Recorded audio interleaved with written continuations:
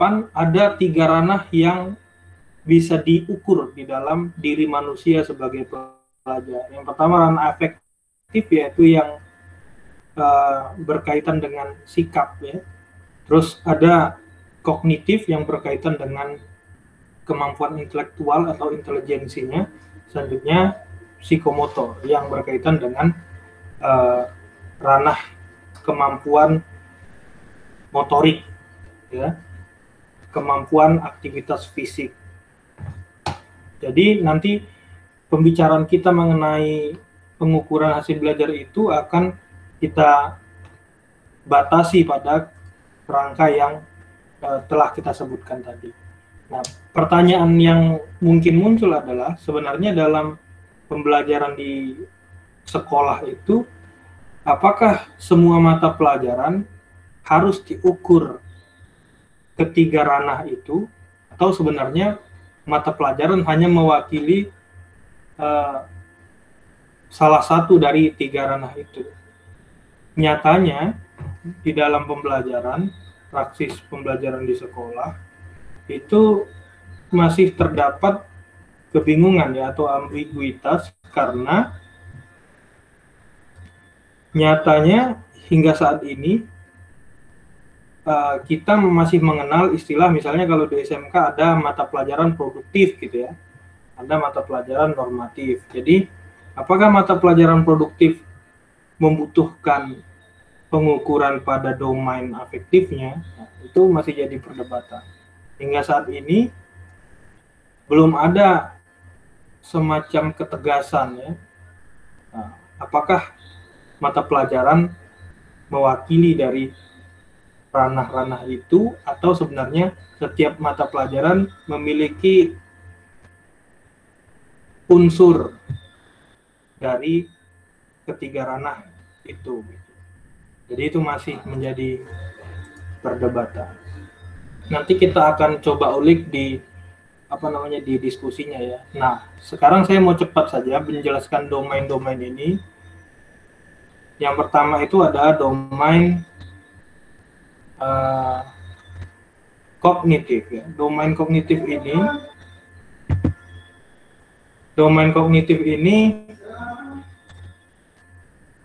adalah domain yang lazimnya diukur ya. Karena seperti yang saya katakan tadi, lazimnya itu artinya kegiatan pembelajaran di sekolah di Indonesia yang kita kenal ini adalah pengukurannya berdasarkan dengan domain kognitif. Domain kognitif itu di sini disebut adalah ranah yang mencakup kegiatan mental atau otak. Menurut Bloom, segala upaya yang menyangkut aktivitas otak adalah termasuk dalam ranah kognitif. Ranah kognitif berhubungan dengan kemampuan berpikir, termasuk di dalamnya kemampuan menghafal, memahami, mengaplikasi, menganalisis, mensintesis, dan mengevaluasi. Jadi gagasan Bloom ini yang pertama adalah domain kognitif, walaupun pada tahun 2001 ini direvisi oleh muridnya sendiri, namanya Anderson. Anderson mengubah tingkatan kemampuan kognitif itu menjadi kata kerja supaya lebih mudah diukur mungkin ya maksudnya. Jadi yang pertama ada pengetahuan diubah menjadi remember, menjadi mengingat gitu. Jadi lebih operasional, dan di atas ada yang diubah, dipindahkan gitu. Kalau menurut menurut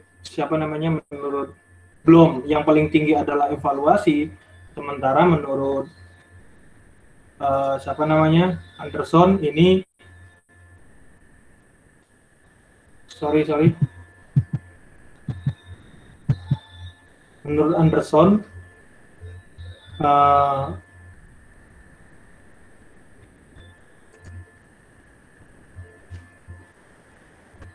menurut Anderson ini yang paling tinggi adalah kemampuan untuk mencipta ya, atau mengevaluasi.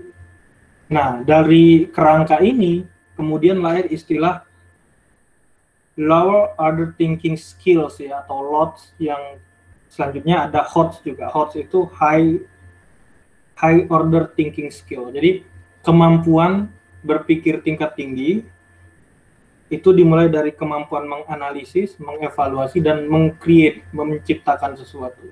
Sementara sisanya itu adalah lower order thinking skills. Jadi kemampuan berpikir rendah.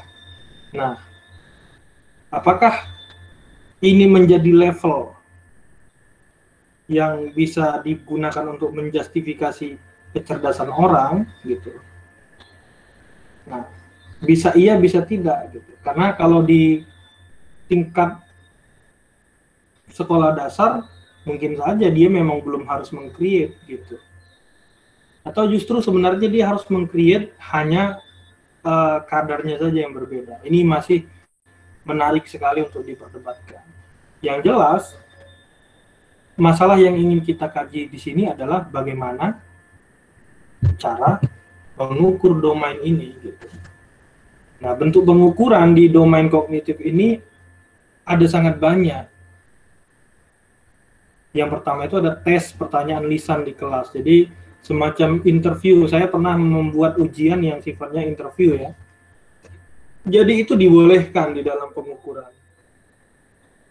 Nah, yang paling kita kenal mungkin pilihan ganda atau uraian objektif ada juga. Uraian objektif ini maksudnya uraian yang menggunakan kata-kata kunci, di mana si peserta didik yang dites, kalau dia penjelasannya atau jawabannya mengandung unsur dari kata-kata kunci yang identik dengan jawaban, maka dia akan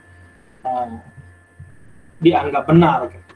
Selanjutnya ada uraian non objektif atau uraian bebas. Ini ya lebih bebas dan sifatnya biasanya sangat subjektif jadinya, karena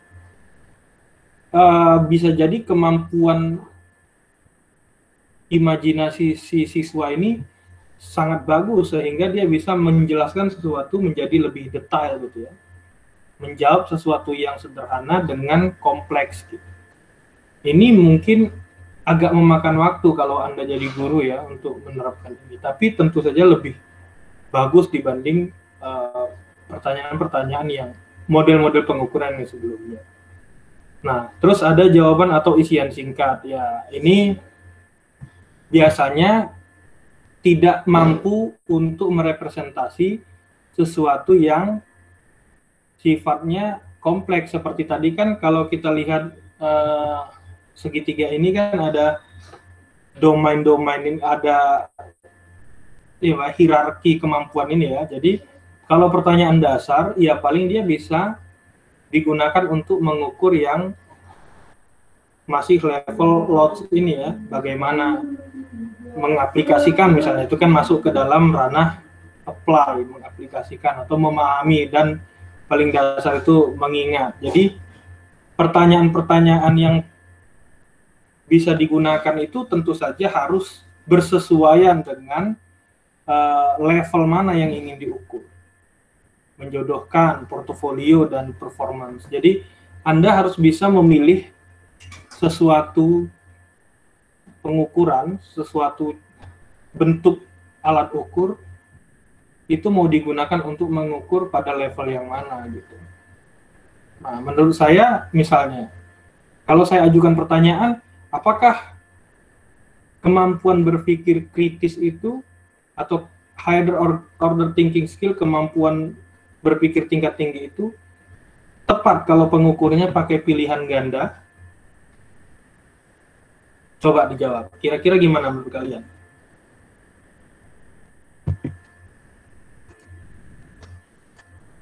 Ada yang bisa jawab? Tepat nggak kalau soalnya adalah pilihan ganda untuk mengukur dimensi yang tingkat tinggi katanya? Higher order thinking skills atau HOTS.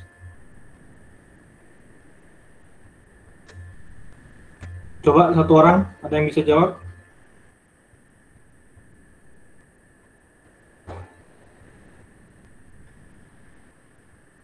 Halo? Halo? Bisa dengar suara saya nggak ya? Halo?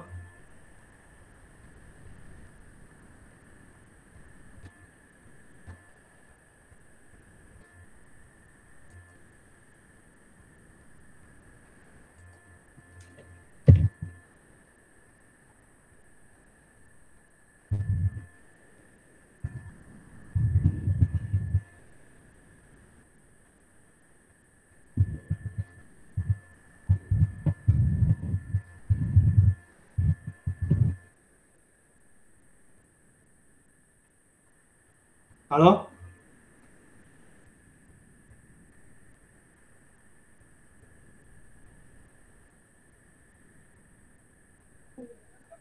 Iya Pak, bisa.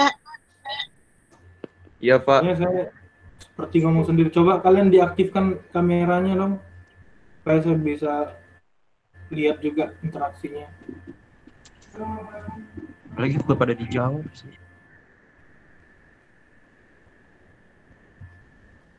Pertanyaan saya itu coba ditanggapi, supaya kita kuliahnya agak ada apa ya, agak ada interaksi gitu.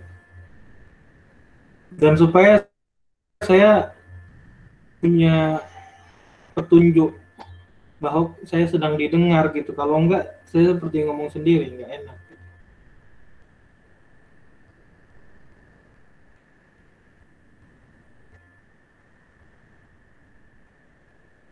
Nah, gimana pertanyaan saya tadi?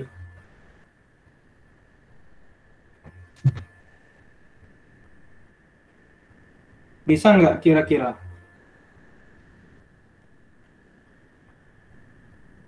Kita mau ngukur sesuatu yang katanya kemampuan berpikir tingkat tinggi, tapi pertanyaannya atau alat ukurnya pakai pilihan ganda. Akbar Gimana Pak, menurut kalian? coba untuk menjawab Pak ya. Sebenarnya kan kalau Ya, pilihan ganda juga kan tergantung soalnya Pak, soal dan jawabannya.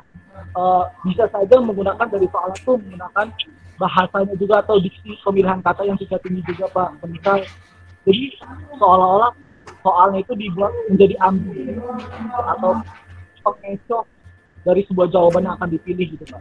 Menurut saya mah gitu Pak. iya, iya, memang bagus jawaban Akbar. Dalam penyusunan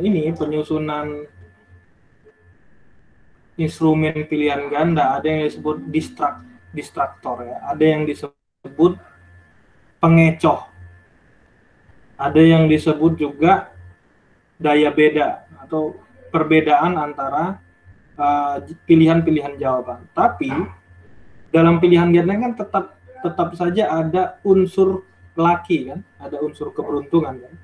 Seandainya seseorang tidak punya kemampuan yang memadai tentang sesuatu yang ditanyakan, tetap saja dia punya modal peluang benar sebesar kalau kalau pilihannya ada 4, ya dia punya peluang benar sebesar 25%. Kan? Kalau pilihan gandanya 5 pilihan, itu punya peluang 20%. Jadi tetap ada unsur keberuntungan. Nah, apakah unsur keberuntungan masih bisa disebutkan sebagai sesuatu yang bisa mengukur hal-hal yang sifatnya tingkat tinggi tadi, higher order thinking skills. Nah, itu nanti coba direnungkan lagi ya, karena kita nggak mungkin diskusi itu panjang-panjang lewat daring seperti ini. Nah, saya lanjutkan ya. Ya, Pak. Nah, jadi pengukurannya kira-kira pakai apa gitu. Nanti kalau Anda sudah mengerjakan perencanaan evaluasi, kan kalian harus membuat butir-butir pertanyaan dari satu instrumen yang mau digunakan untuk mengukur kan gitu. Setelah mengajar, tentu kita berkewajiban untuk mengevaluasi, untuk melihat apakah materi atau pelajaran yang kita berikan itu terserap atau tidak. Jadi fungsi dari pengukuran ini sebenarnya bukan cuma untuk mengetahui kemampuan siswa ya, tapi juga untuk mengetahui apakah pembelajaran yang kita lakukan sudah efektif. Jadi kalau ada satu materi misalnya, atau satu mata kuliah lah sebut gitu. Semua mahasiswanya dapat nilai C, itu kemungkinannya kan ada banyak. Kemungkinan pertama berarti mungkin saja memang mahasiswanya kurang cerdas gitu, karena nggak bisa jawab pertanyaan. Tapi ada juga kemungkinan berarti yang ngajar juga kurang bagus mendeliver materinya, sehingga tidak bisa dipahami dengan mudah. Kan bisa saja. Jadi kemungkinan seperti itu tidak boleh dinafikan di dalam kegiatan pembelajaran.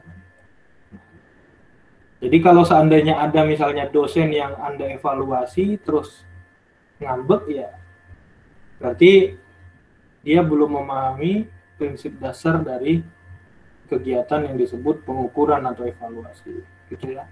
Jadi evaluasi itu sifatnya untuk dua arah, bukan untuk satu arah saja. Seorang guru harus punya mental reflektif. Nah, yang kedua yaitu domain afektif.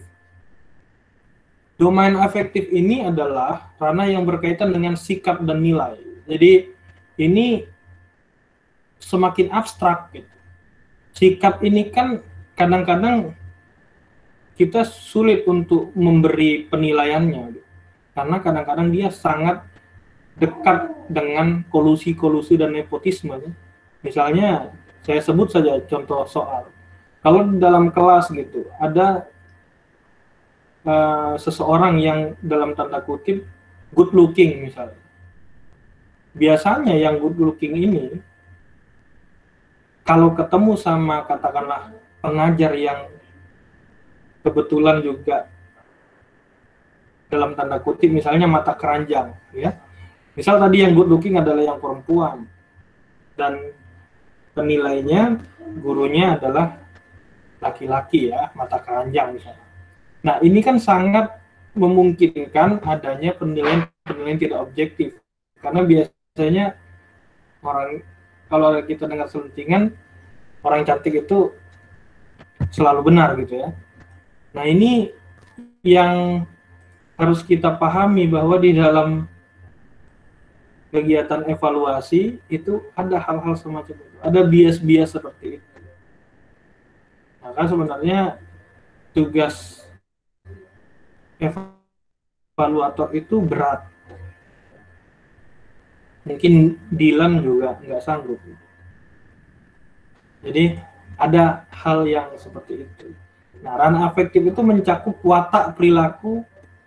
Watak ini bisa berubah-ubah dan bisa dimanipulasi kan gitu. Kan ada orang yang pura-pura baik gitu kan. Ada yang memang baik tapi gimana ya?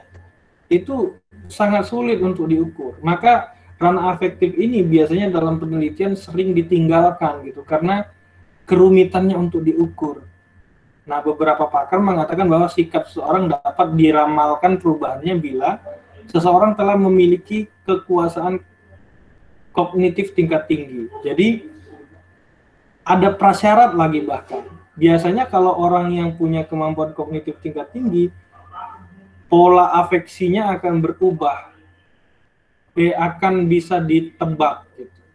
Nah, bagaimana dengan yang rendah gitu? Apakah domain afeksi hanya diperuntukkan untuk mengukur orang-orang yang punya kemampuan kognitif tingkat tinggi? Nah, belum tentu. Tentu harus semua kan gitu. Ciri-ciri hasil belajar afektif akan tampak pada peserta didik dalam berbagai tingkah laku. Ya, ini memang jelas, tapi namanya tingkah laku ini tidak bisa dihukumi mana yang baik, mana yang benar secara objektif kan. Kadang-kadang ada siswa yang seperti tadi saya bilang good looking. Selain good looking misalnya kebetulan dia anak orang berada sehingga sering membawakan sesuatu, sebut saja oleh-oleh untuk guru misalnya yang menilai. Tentu akan menambah bias lagi kan, bias yang seperti tadi, apalagi kalau misalnya yang memberi oleh-oleh adalah yang good looking tadi. Udah good looking, baik pula. Dalam perspektif yang menilai tentu dia disebut baik karena menguntungkan bagi guru gitu ya, bagi guru yang menilai. Tapi bagi teman-temannya boleh jadi dia dihukumi sebagai orang yang cari muka atau nyogok dan lain-lain kan. Tentu itu berarti identik dengan hal-hal yang tidak baik. Maka sebenarnya bagaimana cara mengukurnya? Gitu. Cara mengukurnya di sini disebutkan bisa dengan melalui dua cara menurut para ahli. Yang pertama, laporan diri oleh siswa yang biasanya dilakukan dengan pengisian angket anonim. Jadi angket anonim itu angket-angket yang tidak diberi keterangan, pokoknya disebar aja. Tapi guru tentu tahu fungsinya itu untuk apa. Jadi memang diharapkan dengan pengisian angket itu ada sesuatu yang bisa diidentifikasi. Nah, membuat angket itu juga tidak mudah ya, karena membutuhkan kemampuan untuk menginterpretasi pertanyaan supaya dia dapat mewakili apa yang ingin didapatkan atau data apa yang ingin diperoleh gitu. Nah, yang kedua, pengamatan sistematis oleh guru terhadap afektif siswa yang dan perlu lembar pengamatan. Ini lebih berat lagi karena pengamatan sistematis membutuhkan semacam penguasaan guru terhadap seluruh siswanya gitu ya kan. Jadi seluruh siswa harus dikenali oleh guru. Maka saya biasanya di kelas berusaha untuk melakukan itu kan. Saya hampir mengenal semua nama mahasiswa PTE misalnya dari angkatan 2014 sampai 2018 saya kenal semua. Tapi kalau yang ke bawah-bawah kan perlu proses ya untuk mengenal namanya gitu. Karena dengan nama kita bisa membuka imajinasi atau pemahaman secara komprehensif tentang orang yang kita kenali tadi gitu. Jadi memang itu perlu untuk penilaian. Nah, ranah afektif tidak dapat diukur seperti halnya ranah kognitif. Kenapa kira-kira? Ini pertanyaan untuk kalian lagi. Kenapa kira-kira ranah afektif itu tidak bisa diukur sebagaimana cara mengukur ranah kognitif? Coba yang lain. Ada yang bisa bantu jawab?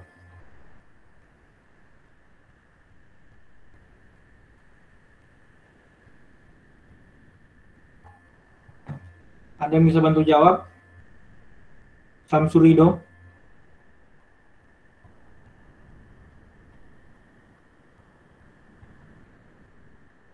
Coba Samsurido. Ya Pak.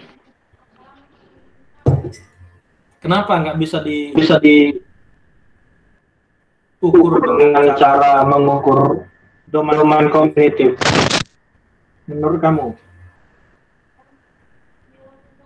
Maaf Pak, ulangi lagi Pak, suaranya tadi. Mengapa domain afektif itu tidak bisa diukur sebagaimana kita mengukur domain kognitif gitu? Kenapa menurut kamu? Kalau menurut saya sih afektif itu kan didasari sama masing-masing orang Pak, individu itu. Jadi seorang guru itu nggak mesti tahu tentang afektif, karena afektif itu dia pure dari orang tersebut itu. Berarti dia harus dilepaskan dari penilaian gitu? Enggak juga sih Pak, tapi afektif itu kalau menurut saya itu bisa, tapi tidak terlalu inilah. Jadi dalam bentuk afektif apapun, jika seseorang guru itu bisa melihat secara pandangan si guru itu, misalkan seseorang nih afektif, nah si guru ini dia mengamati, tapi mengamatinya itu dia hanya sebatas pandangan yang si guru itu. Kan nggak tahu setiap orang tuh afektifnya kan beda-beda. Siapa Ya, tahu kan justru karena beda-beda harus dilakukan pengukuran gitu dan penilaian. Pertanyaannya sederhana, kenapa dia nggak bisa diukur dengan cara mengukur domain kognitif itu? Pertanyaannya sederhana, kenapa nggak bisa? Menurut kamu kenapa nggak bisa?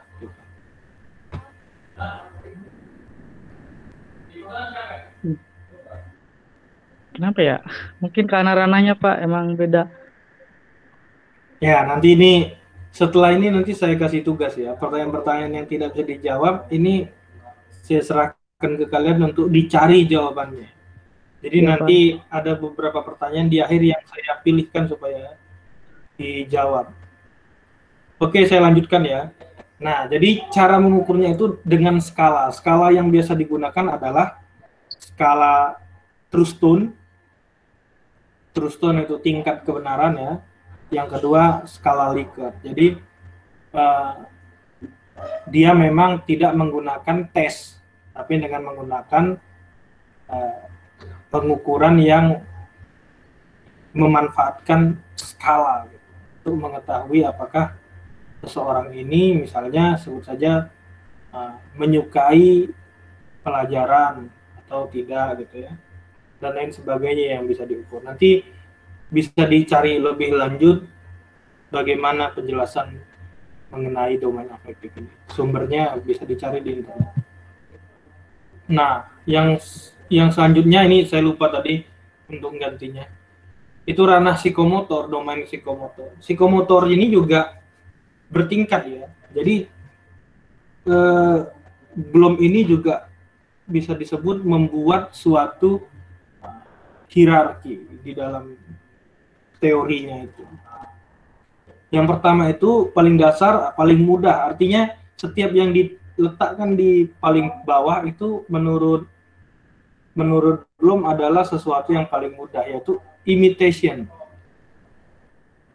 Menirukan keterampilan yang dicontohkan. Jadi ketika kita melihat sirkus misalnya, ada lumba-lumba disuruh untuk bermain bola. Tentu saja kegiatan yang dilakukan itu adalah mengimitasi kan gitu kan, mengimitasi kegiatan pelatihnya main bola, maka dia bisa main bola. Itu dalam stratifikasi domain domain psikomotornya Bloom itu adalah kemampuan yang paling bawah. Yang kedua adalah manipulasi. Manipulasi ini kemampuan untuk melakukan keterampilan tapi ada modifikasinya, ada tambahan hal barunya. Yang selanjutnya ada yang lebih tinggi yaitu precision. Dia menampilkan sesuatu dengan teliti, ketelitian. Ya, domain yang harus atau level yang harus dikuasai oleh manusia, tentu saja yang paling tidak ya yang precision ini ya. Jadi jangan cuma imitation dan manipulation, tapi ada ketelitian supaya kita bisa disebut sebagai orang yang tidak ceroboh. Karena ketelitian ini sangat penting dalam hal-hal sederhana, katakanlah dalam hal mengerjakan pekerjaan bengkel. Kalau tidak teliti kan bisa saja kita misalnya dalam mengukur kerangka atau mengukur kebutuhan pipa untuk melakukan instalasi, kalau seandainya tidak tepat kan bisa terbuang atau bisa kekurangan. Jadi ini sangat penting. Ketelitian ini adalah ciri mendasar dari manusia kalau menurut saya ya. Secara filosofis kita harus teliti tentu saja. Nah, yang selanjutnya itu articulation, mampu melakukan keterampilan dengan ketepatan. Tidak hanya teliti tapi juga tepat. Tepat itu maksudnya teliti dan cocok gitu. Tepat. Artinya kalau kita mau mengukur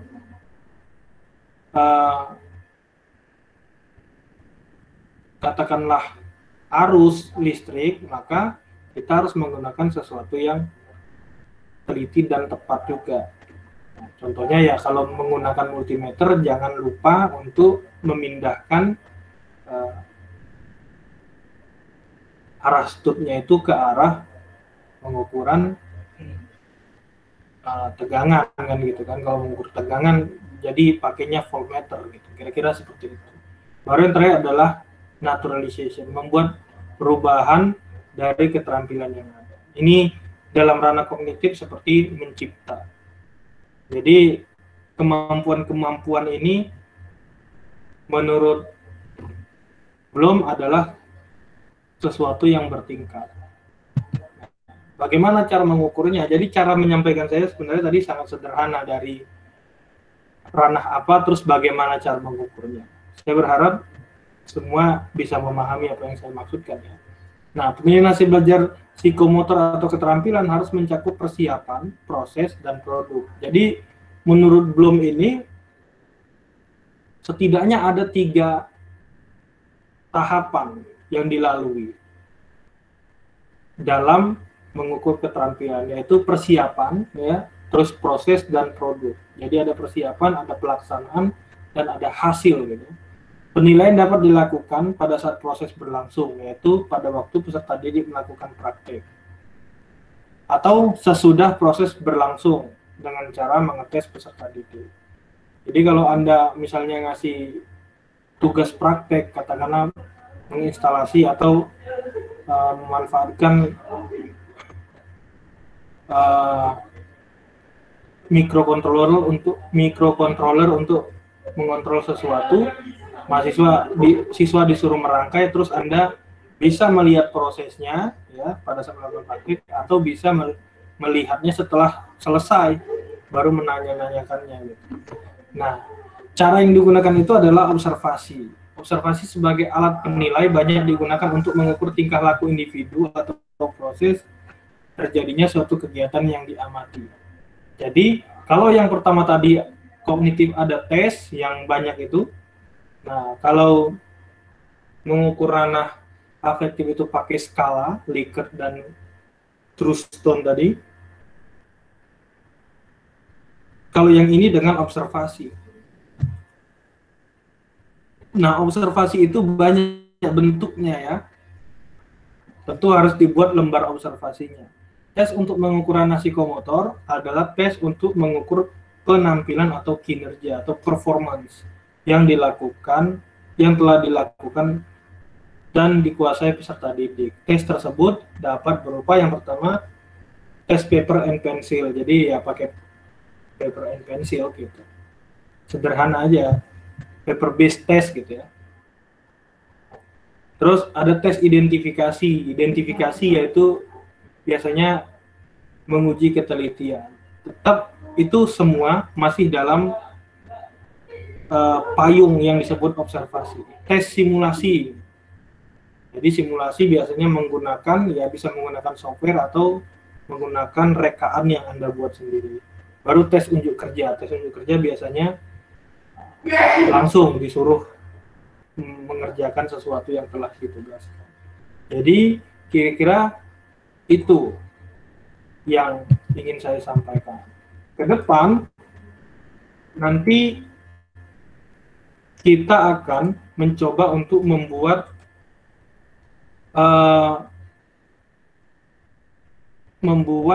macam-macam instrumen tes atau instrumen ketiga ranah itu untuk mengukur kemampuan kognitif, afektif, dan keterampilan dari siswa kita. Tapi sebelum itu kita boleh diskusi sebentar ya. Bagaimana menurut teman-teman semua mengenai materi yang saya sampaikan? Apakah ada yang ingin didiskusikan? Saya persilakan.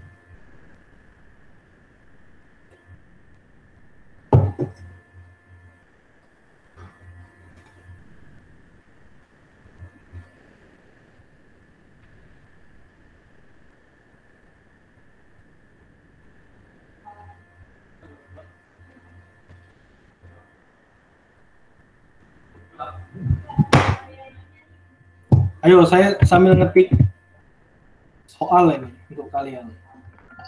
Pak, izin bertanya, Pak. Ya. Ini paling dari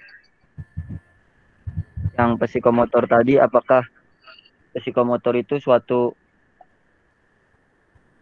cara yang dihasilkan dari domain kognitif dan afektif, Pak?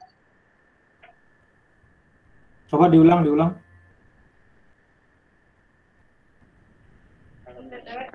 ini Pak, kan tadi ada psikomotor yang caranya itu ada tes paper ataupun dan lain-lainnya. Nah, itu kan bisa merujuk ke yang kognitif ataupun afektif. Nah, apakah saling bersinambungan atau tidak, Pak, sebenarnya, Pak? Nah, itu sebenarnya pertanyaan saya di awal tadi ya.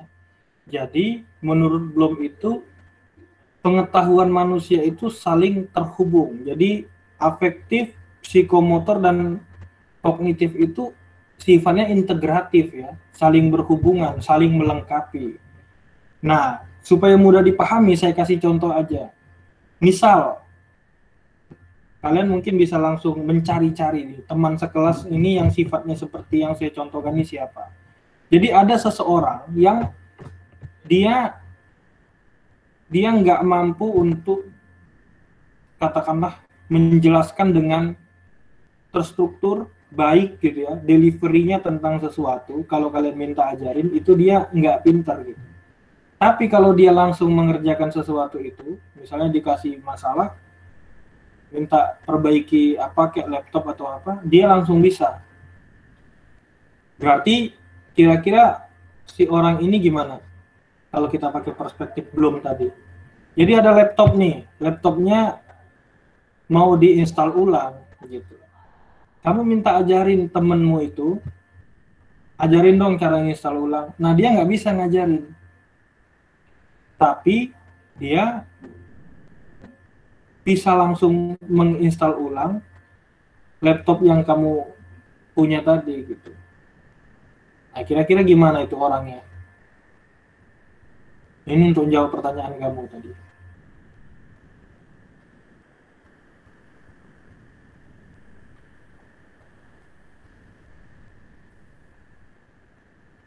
Gimana?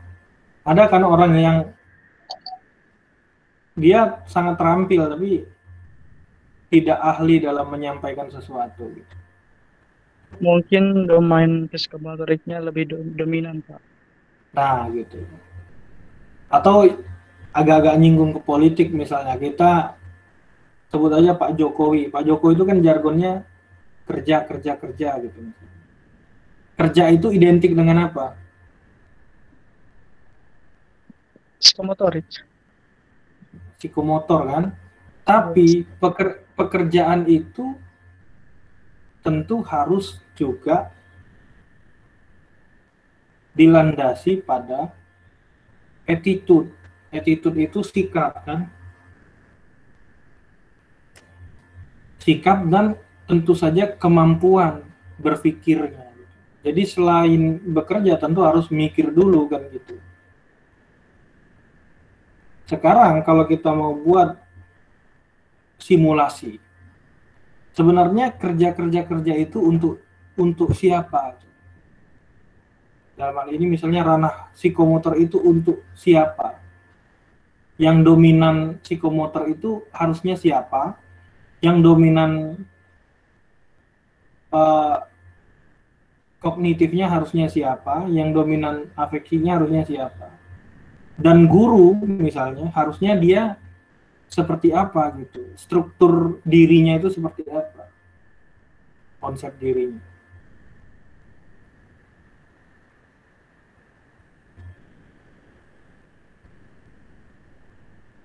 Kalau seandainya seorang guru tidak punya kemampuan untuk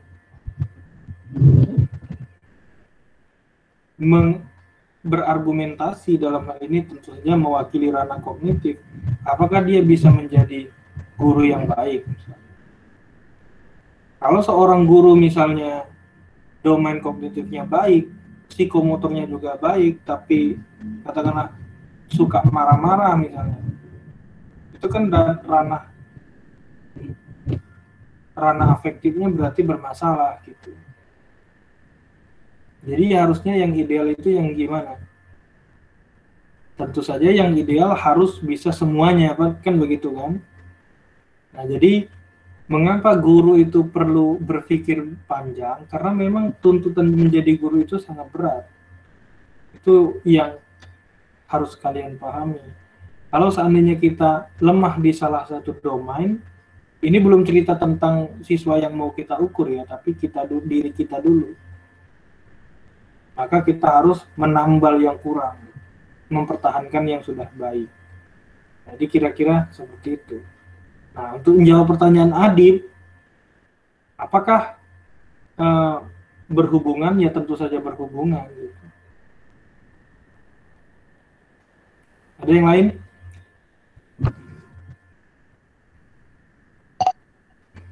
Saya lagi Pak saya.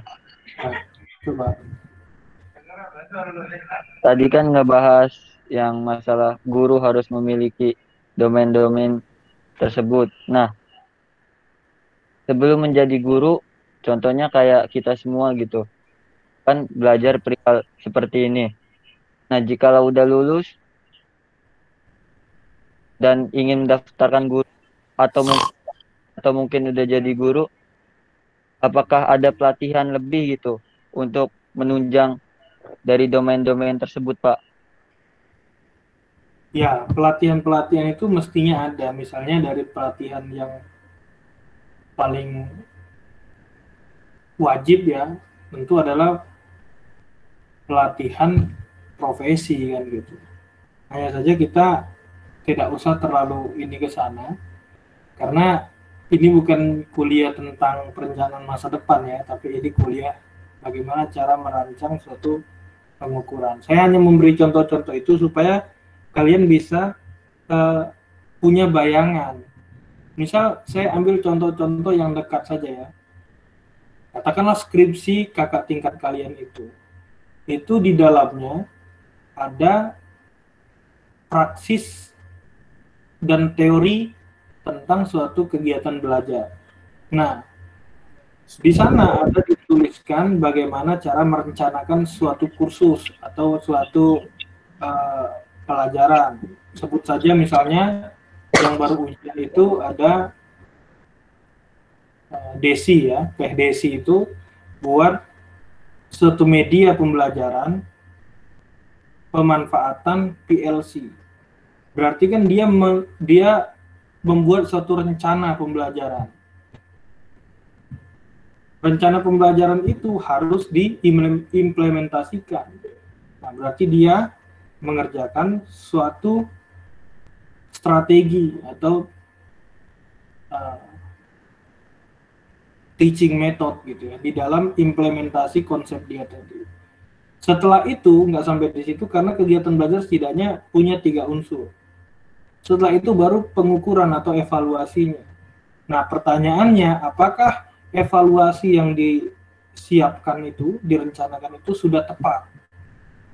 Jadi misalnya seperti yang saya contoh tadi membuat trainer itu. Apakah mengukur pemanfaatan trainer itu sudah tepat atau belum? Nah, kalian boleh baca skripsinya. Setelah saya jelaskan ini, nanti coba dicek skripsinya. Jadi skripsi kakak tingkat itu diarsipkan, itu gunanya untuk dibaca sebenarnya. Supaya kalian ke depan bisa mengerjakan juga hal yang seperti itu. Nah, kalian tadi baru praktikum kan? Iya, Pak. Nah, baru praktikum. Dalam praktikum, kegiatannya apa aja yang dilakukan?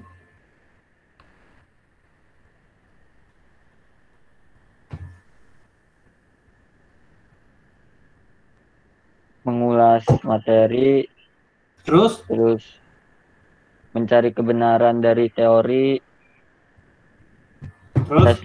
tes lisan ataupun tes tulis seperti itu. Nah, tes itu apa?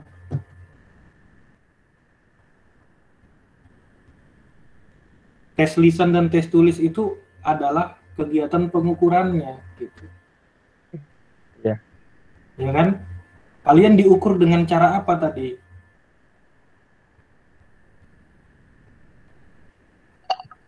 Dengan kalau dari untuk pemahaman materi ya dari tes tulis dan tes lisan Pak sebenarnya Pak. Nah, berarti relate ya sama yang saya jelaskan tadi di awal. Berarti yang diukur anak kognitifnya. Nah, kalian ada disuruh mempraktekkan nggak? Mempraktekkan sesuatu gitu. Iya Pak, mempraktekkan dari teori. Nah, itu berarti mengukur kemampuan psikomotornya kan gitu. Jadi letak pengukuran itu di situ.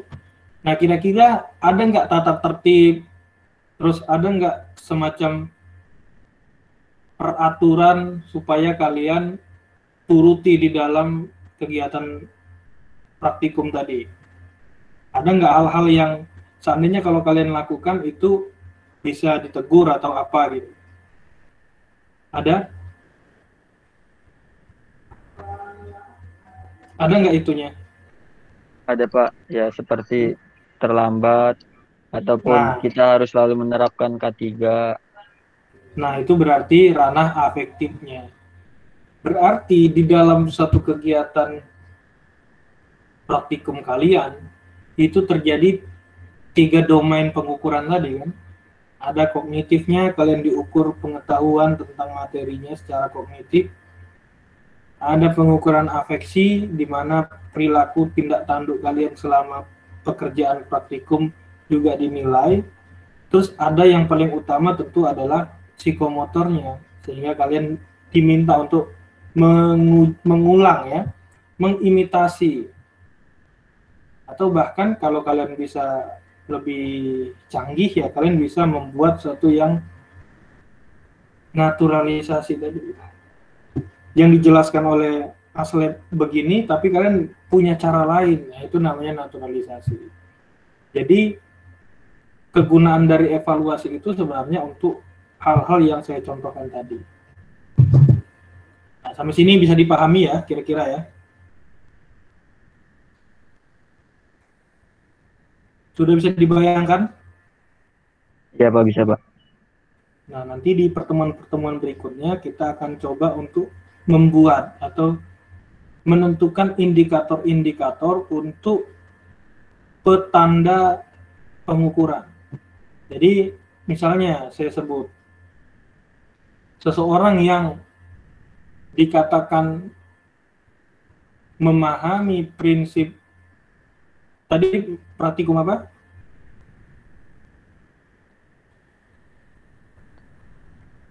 PLC Pak.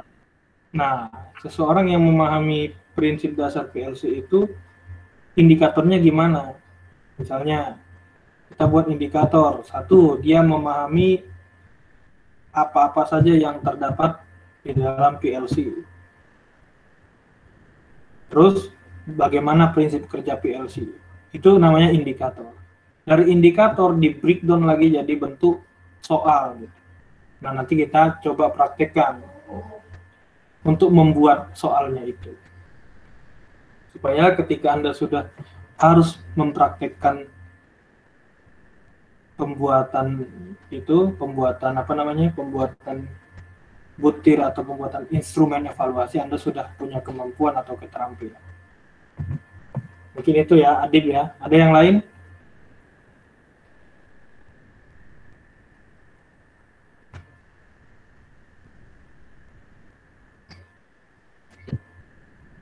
Yang nggak hadir siapa?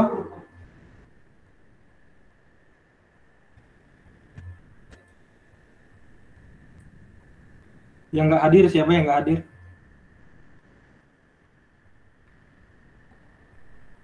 Kayaknya hadir semua, Pak. Oke, hadir semua. Tadi udah sampai Nanti 30 langsung tahunnya saya absen. absennya. Hanif nggak ada, Pak. Oh ya, Hanif ya. Ada lagi yang ingin ditanyakan?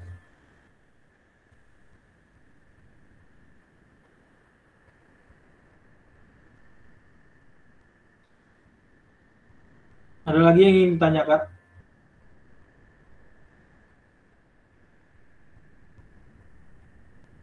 Cukup ya, kalau cukup mungkin kita akhiri. Nanti Anda silakan cari bahan tambahan supaya punya wawasan yang lebih luas ketimbang yang saya jelaskan tadi, karena memang yang saya jelaskan itu sangat singkat dan sangat ringkas gitu.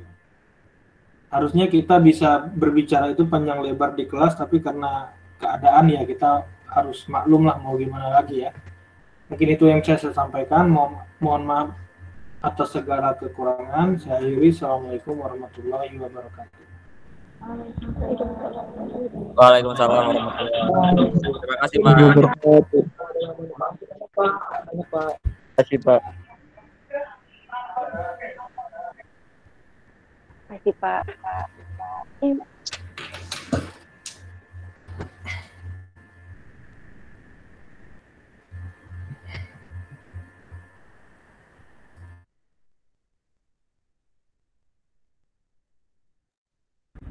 Pacarnya Fajri kemana? Sarah Nida.